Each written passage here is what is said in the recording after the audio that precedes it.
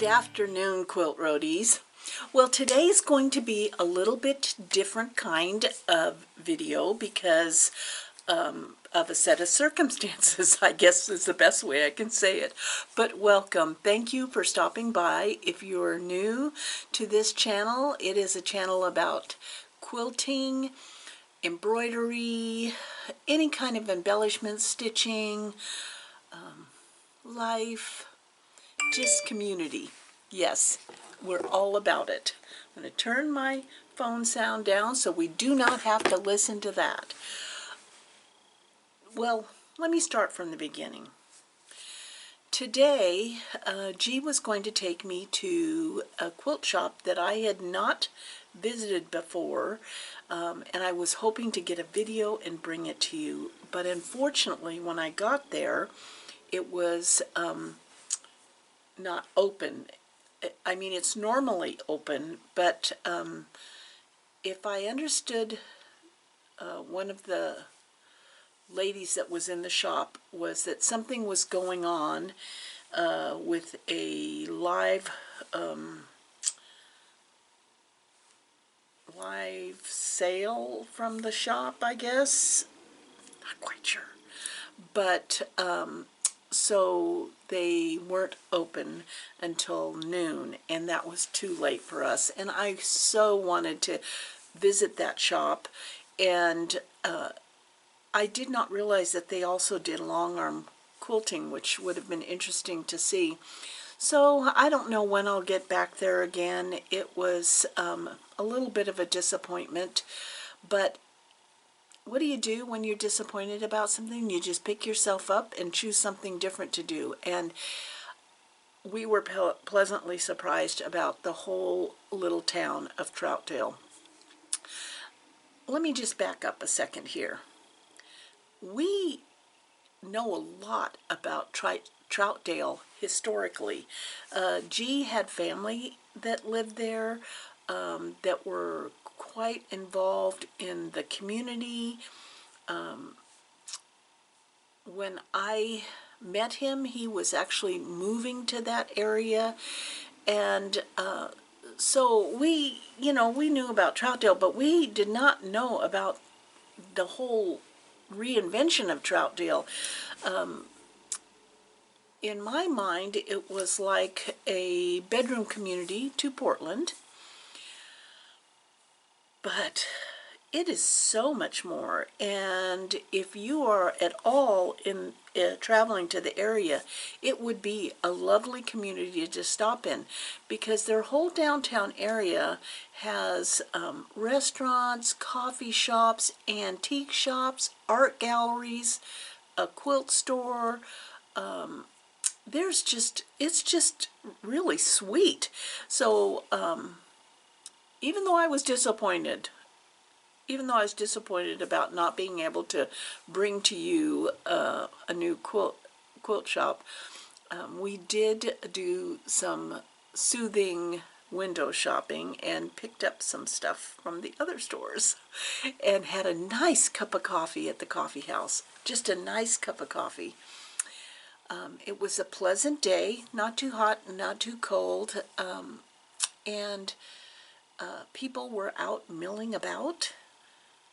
It turns out that they have a Troutdale First Friday art walk all summer.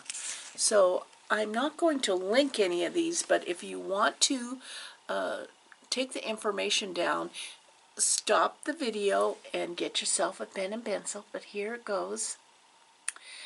Yeah, it looks awesome. Art, live music, wine, beer, food, and kids zone. So if you're in the area on a Friday, I'm thinking you might want to stop by there. So since I didn't get to go to the quilt store, I know I want a wine, but we also had plans to check out some antique shops, because I had learned online that there were a couple of shops down there that we had not been to. And so in the passing of time, we also went into another art gallery. So let me start with the art gallery. So they are part of the art walk, and this is the art gallery. You can pause it to write this down. Red Trillium Gallery. It is an artist-run, cooperative-style gallery committed to both supporting the educational and promotional interests of local artists. So they're open daily from 10 to 5, and I love the idea that it was local artists. So we slowly make our way through, because if you know anything about us, we can dawdle for a long time. And the fact that it was local artists, it was so interesting to see the wide variety, absolutely wide variety of art that was in there. And we enjoyed every second of it. But the artist that really spoke to me in that moment is someone named Melody Bush. And G will insert some photos of her artwork. It's so different. I couldn't fathom how, and she does demonstrations. So this is not like something that's, it's made by an artist, not a machine. And at the art walks, she does a demonstration. She's doing a demonstration at the art walk in June. Her artwork is called Altering Used Books into Art. Okay. A couple of my favorite things, books and art. So this is her card, and it actually has a QRS code, and I'll hold the card up so that if you have a QR reader on your phone, you're going to be able to scan that QRS code. So, Melody Bush, let me tell you, totally blew me away. And here's, the gal gave me 2 cards because they have 2 pieces of different art on them. Isn't this cool? I couldn't stop looking at her artwork because I couldn't fathom how one could do it.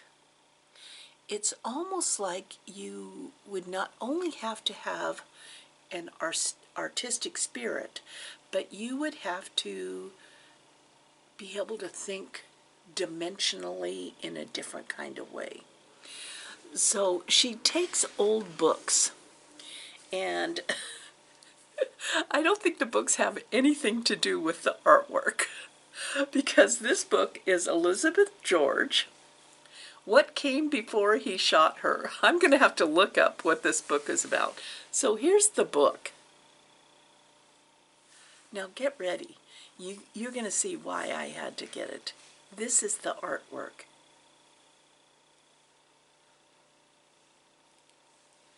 So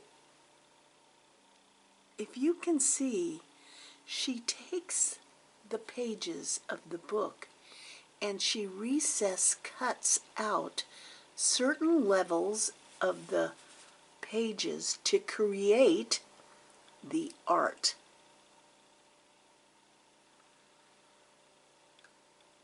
So, these are all pages. You see that? And she's cut it back to here for some of the things. I'm here to tell you, I was stunned. And I knew, it's a bee. I struggled. I actually went out of the art gallery, went to the antique store, came out of the antique store, talked to G, and he said, you should go get it. And so then I went back in. I am here to tell you, I can't stop looking at this thing. It's going to be sitting on my shelf, and And I'm going to have the sheer joy of being amazed every time I see it. So,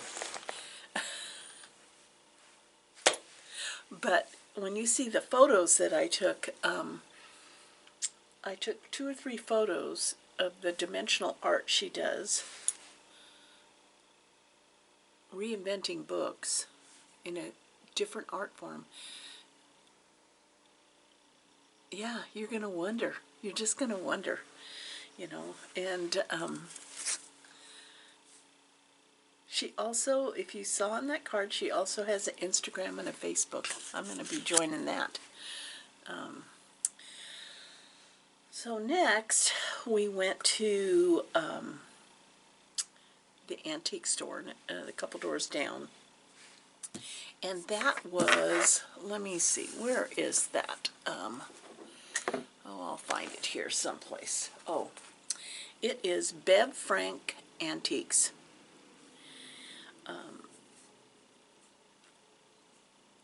And this is in Troutdale on the East Historic Columbia River Highway. The Columbia River is awe-inspiring. But this antique store, I actually asked the gal who's working there, how long had this been here? And she said she'd been in business for 25 years. She had hundreds of years of collections in there. This was a spend your time poking in the nooks and crannies. And there was a rattan chest, big chest, that was filled with tablecloths and different things in there. And so I literally started dumping everything out of there to see what was at the bottom. And this is what I found.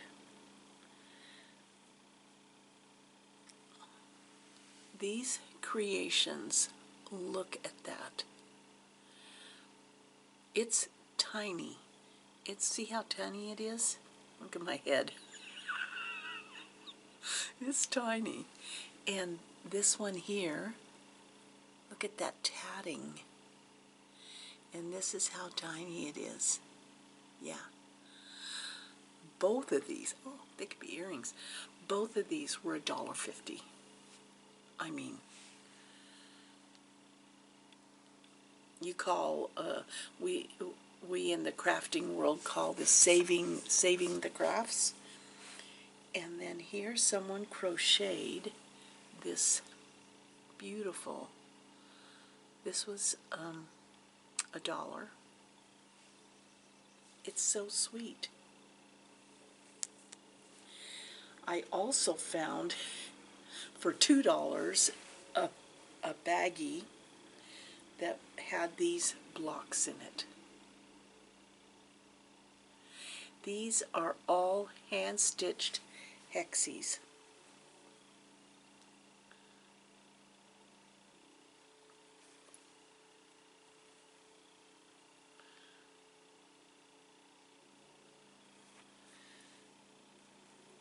$2 for this little sweet pile.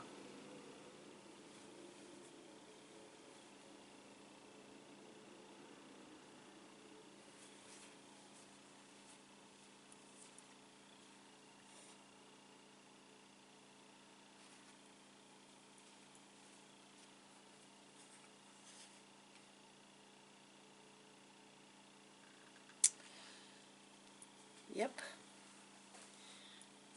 That was awesome. That was awesome. There was a whole cabinet of buttons.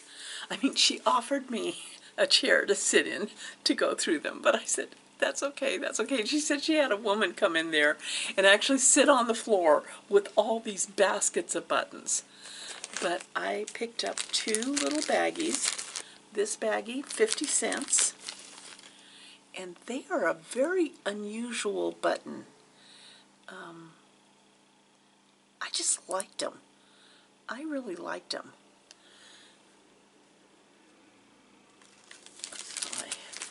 And then for $1, I got this whole baggie. So cute. And so awesome. But the highlight at the antique store was I like to collect vintage or antique pin cushions with thread holder type things, and they've been hard to find. I think there's a lot more of us, but I found this one there.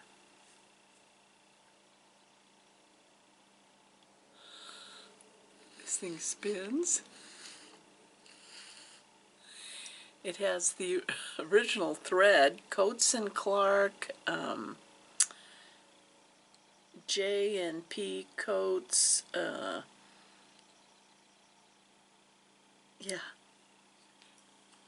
And then this thing goes up and down.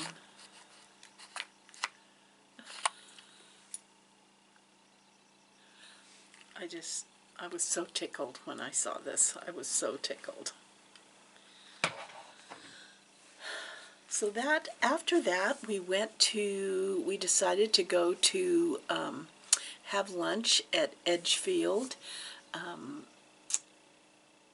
which is a McMenamins, and we each picked up a t-shirt. We wanted a t-shirt that had artwork by my daughter-in-law's father, and then I picked up a bunch of stickers. That was fun, and lunch was delicious. There was a wedding going on there, and that's where my younger son and daughter-in-law were married, and so it was fun to see another wedding happening there. All the photos were being taken. What else have I been doing? I got the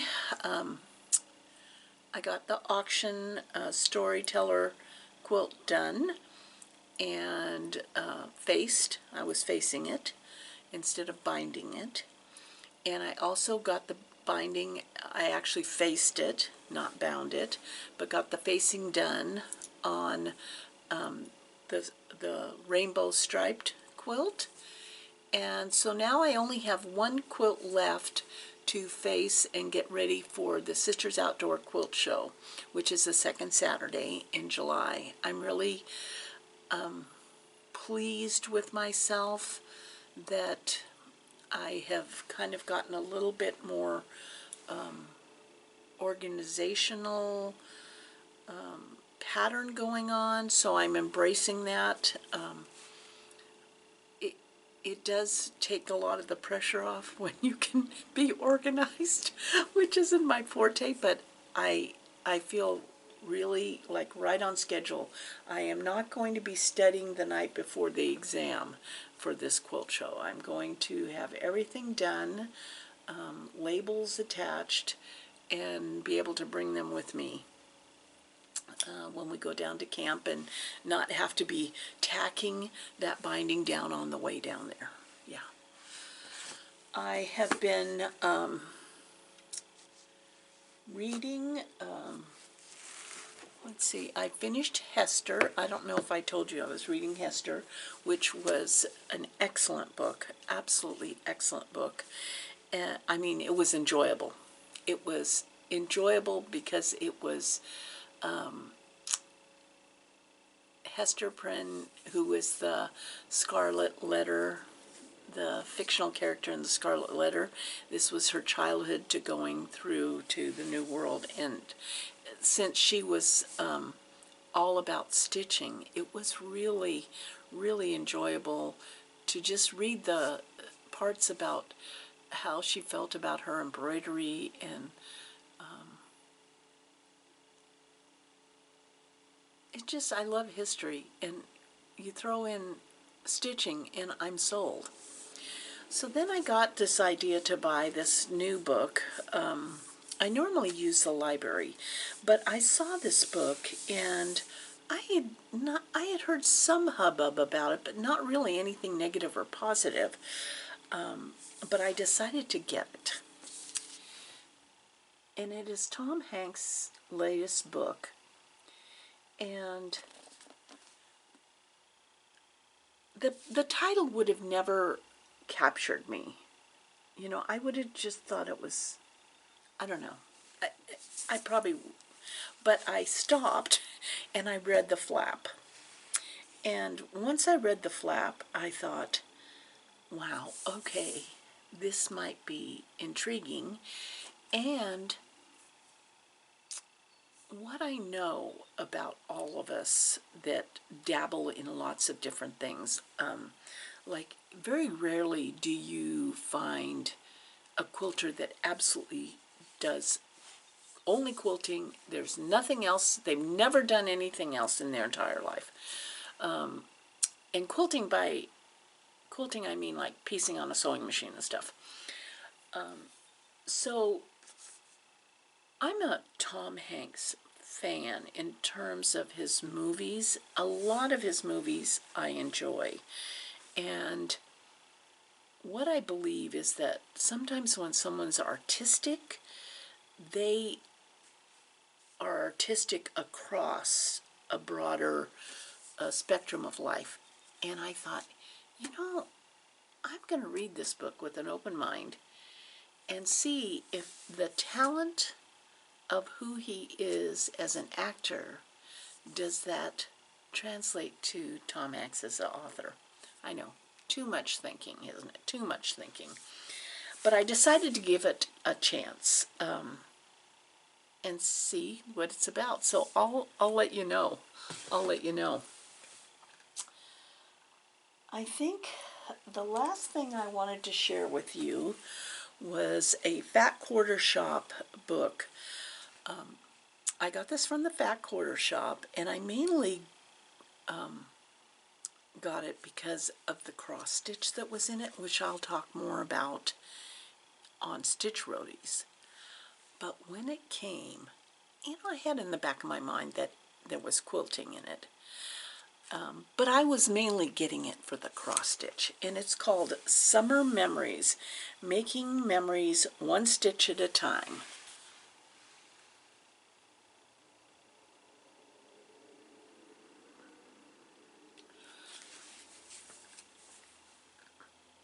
I think you're going to want to get this because it has some awesome and amazing summer 4th of July quilts. And there's all kinds. I mean, this Flag Day quilt is just awesome. But all the quilts in here are, they're just so, I mean, this, look at this. That basket. That screams summer. So I personally think this book is worth every penny because not only are you, oh my gosh, I love this basket, Summer Picnic. Not only are you getting half a book or more of quilts, but the second half is the sweetest little cross stitches too. And I was so focused on the cross stitch that I didn't even pay attention to the quilting till the book came. And I thought, okay, yep, this is definitely going to be one of my more favorite books. So if you're interested, Summer Memories at the Fat Quarter Shop.